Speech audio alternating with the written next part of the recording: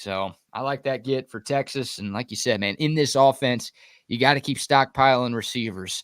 And I'm curious in the future, because obviously this year was a big portal year for wide receivers for the Longhorns, right? Getting Isaiah Bond from Alabama, getting Matthew Golden from Houston, getting Silas Bolden from Oregon State. I mean, Texas went portal heavy because they just needed to replace the guys that they lost to the NFL. I wonder if that's going to be an every year thing, or if Sark's going to try to just maybe we'll add a portal receiver every year. But if we can just build through the high school ranks, that's what we're going to do.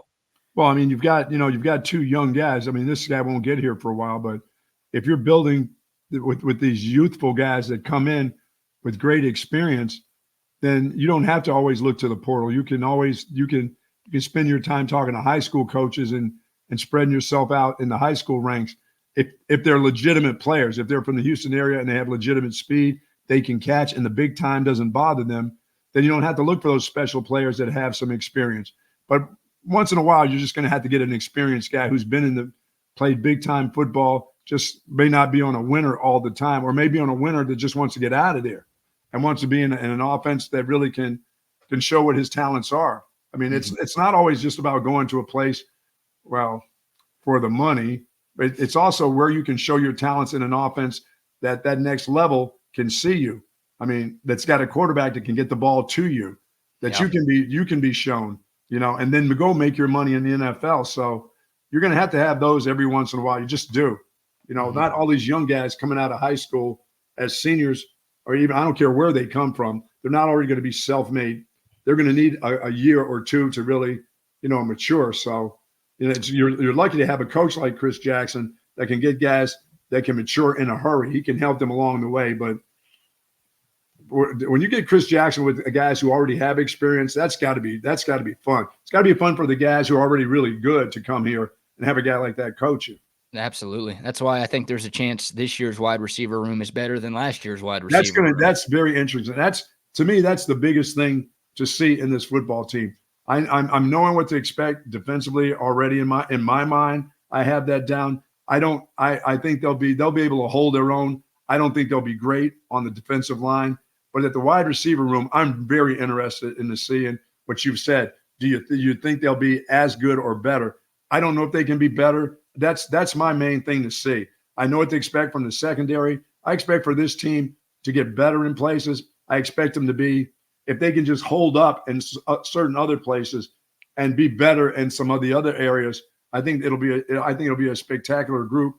That's the group I'm looking for more than anything. I expect the running back room to not, I mean, even though they had, Jonathan Brooks, I mean, I'm expecting that running back room with that particular coach who knows exactly what he's looking for, and that particular head coach and play caller to know what he has in the running back room. They're getting quality running backs. They've got that all said and done. Will they have quality receivers? That's to be seen yet, especially when they come from other places. You know what I mean? Yep. Yeah. And what does the rotation look like too? Because last year was a very tight rotation, right? It was three guys playing. How long does it take for you to see who's the guys? Yeah. I felt like three guys were playing 90% of the snaps. And look, it worked. Texas had its best year in a long time. And Xavier Worthy was a first-round pick. A.D. Mitchell should have been a first-round pick. And Jordan Whittington got drafted as well. So it's like, you got three NFL players. Why would you take those dudes off the field? You don't take them. There's no reason for them to come off the field. But now, like we already knew what Worthy was before last year. Sure. We already knew what Mitchell was. Now, not at Texas, but like we knew how good he was. And we already knew what Whittington was because he had been a prominent forever. player. Yeah, for 3 or 4 years, and it kind of felt like 10 in a good way. So now you don't know. Like, you know what these guys did at other schools. You know what Jonte Cook's supposed to be. You know what Ryan Wingo's supposed to be. But, yeah, you haven't seen it. I think this room is deeper. We'll see how long it takes for those guys to show how good they are. Also, I think Quinn Ewers should be better this year, which should hopefully make the passing offense as a whole better than what we saw a season ago. But I'm with you, man. Like I trust the run game to be there. I also trust the pass game to be there. But what does that rotation look like? And which receivers, like, forget who's going to be number one, like who's going to be 1, 2, and 3. Correct. We don't have anything. Most people assume, I think, Isaiah Bond is number one, but I don't know. I don't know if that's the case. I haven't seen him here. So who's going to be number one, but also which guys do Sark and Chris Jackson trust fourth quarter, 1-score game, week 2 against Michigan. Absolutely. Who's going to be on the – to me, it's like you got the Colorado State game to figure some things out, and then, hell, maybe the first half of the Michigan game too. Like, okay, who's our big-time players in big games? Yeah, and what's going on with Texas right now, you got to know after game 2 what's going on. Yeah. Hopefully, before the end of game 2, because sure, that's not one you want to be leaving that Michigan game with the loss saying, oh, shoot, we should have had this guy on the field instead. Absolutely. You hope you figure it out going into the year, but yeah, you'd like to really find it by the time you take that trip to Ann Arbor on September 7th. Boy, I'd love to be in the hip pocket, and I'd love to have eyes on the big freshman and seeing how his progress is during the course of this summer. You know what I mean? I mean, that guy has the ability to change games and make defenses say, we can't just leave him alone. We don't have single players to cover this big son of a gun, especially when he catches and starts throwing you off of his body. I just like to see how he's progressing. I mean, if he's that dedicated, player that this is what he wants to be and he wants to be out of here in a hurry, man, that's going to be tough to stop. If he and along with a guy like Chris Jackson, and this quarterback and this head coach, whew, but that's a lot of guys. It's a lot of combinations that will make a stud like that look incredible. Yeah, I'll tell you what. Like the one that played at Ohio State last year at wide receiver. Oh, man. Yeah, that'd be nuts. Maserati Marv. I mean, he's big. This guy's a monster-looking kid like that, but he's got that finesse kind of style to him.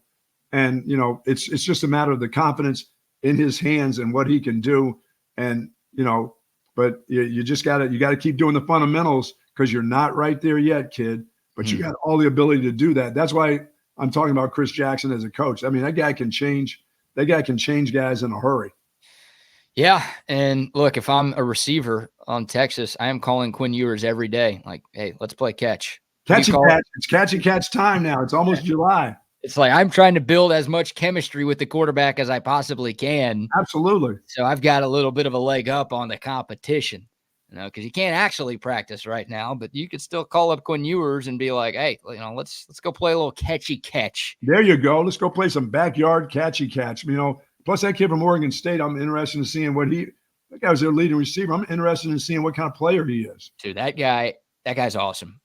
That guy's awesome. Like, I watched a lot of Oregon State last year because I have a sister and brother-in-law who live in Corvallis, and like they support the team and they go to a couple of games.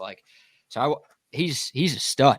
If that guy was in for spring, I'd be like, he's your number one receiver, even though he's small and more of a slot guy. Like, yeah. I would say, I think he's going to lead the team in everything this year. But because he, finished up classes and graduated and didn't make it until after Memorial Day, I'm not as confident in that being the case. But if that guy is anything close to the guy he was in Corvallis these last few years, then he's going to be a weapon for sure. That's awesome. He's a, get him the ball in space and watch him work kind of guy, but he's also quick enough to get open when he needs to down the field. So I love his game. But it's a first world problem to have, isn't it? All these receivers. No kidding. They've got a lot of them. Yeah, and you're just trying to figure out like which one's good enough. And Sark plays freshman. Look at Ant Hill last year. Like, if he trusts you and you're good enough, he will put you on the field. Absolutely. So if Wingo, the guy you're talking about, is a top 3 receiver. Oh, that dude's, by the way, that dude is getting on the field. You don't leave. That guy gets on the bus. He goes to the hotel. He's in the meetings and he gets in the games. Yeah. He'll be out there if he's as good as advertised and as good as he looked in the spring game, because damn, he looked good in that spring game. He reminds me an awful lot of Ricky. It's just, hey, guys, you guys are good, but you're not better than that guy right there. I'm sorry. You better work really hard in the summer, because that guy right there, if he works really, really hard, a lot of you guys probably aren't going to play. And that's one of those deals where you let them all know that's how good he is. He reminds me an awful lot of when I look at him, body type and the way he carries himself on a football field. I don't know what he is, what kind of kid he is. I just know the way he carries himself on the field and the way he looks and the way he catches and makes catches and moves with the ball. Just his movement tells you he's a mature kind of guy. So that's scary for the rest of you. That means your asses better go home and work hard. You better not take any days off. That is high praise right there. Yeah, you with a guy like that, you don't get to take many days off. You don't get to say, you know what, I'll go do this tomorrow. You better be doing it today, because if that guy's doing it, you're going to have a problem. By the way, he's naturally gifted better than a lot of you are naturally gifted. So if he adds some hard work to it, you better be careful. Sure. 5-star receiver, one of the top 10 players in this past recruiting class. The future is sky high. Yeah, because he won't be around very long. Yeah, future's bright. The ceiling is sky high. I think either of those would have made more sense than whatever dumb shit I just said. And I'm still waiting for the kid from up in the Metroplex to see what he's all about. We know we never really got the little guy. We never really got a chance to see what he is. I mean, I just have heard so much about him. And we heard all last year that, oh, he's the guy. He's going to be the guy. But he never got to the field. He never could get on with those other three guys. So if he is the guy and they talked about him so much, that means he should show up. He's got to show up, right? In his sophomore year, he didn't have like a third or fourth year to show up because there'll be others that'll come through there. Like we're just talking about this freshman, because you're going to continue to get players like that. So, yeah, Jonte Cook, the 5-star out of DeSoto, part of last year's class. Yeah, I wondered when Texas added 3 portal receivers, was that like, we can. Why not add good players wherever you can, whenever you can? Are we sure about that guy? Or are we sure that Jonte Cook is quite ready for the big time? And when he played last year, I thought he did some good things. But once again, it was 3 guys on the field, and Jonte was not one of them. And you can't get mad at Sark for that. Like, Jonte could have been really good, but dude, sometimes you're just not better than the other guy. You can do all you want to, but there just happen to be guys that are better. That just happens. You had 2 first-round talents, and Jordan Whittington, who's like the best leader this team has had in a long time. You're absolutely right. So, yeah, I don't know. I don't know what Jonte Cook is. I think he's going to be great. I trust people who covered him in high school, and I trust people who have talked about him at practice that he's got some juice to him. So I think we do get a Jonte Cook breakout year. But, yeah, once again, it's who's 1, who's 2, who's 3, who's on the field at the start of the season, but more importantly, who's on the field closer to the end of the season. No doubt. It will be fascinating. But the good news is if you're a Texas football fan, they keep adding to that wide receiver room. Once again, why we're talking about this, Chris Stewart, 4-star receiver for the class of 2026, committing to Texas yesterday. Guy had an offer from Alabama. That guy had offers from a number of places all over the country. And he said he was 1,000% committed. So good news there. That is awesome.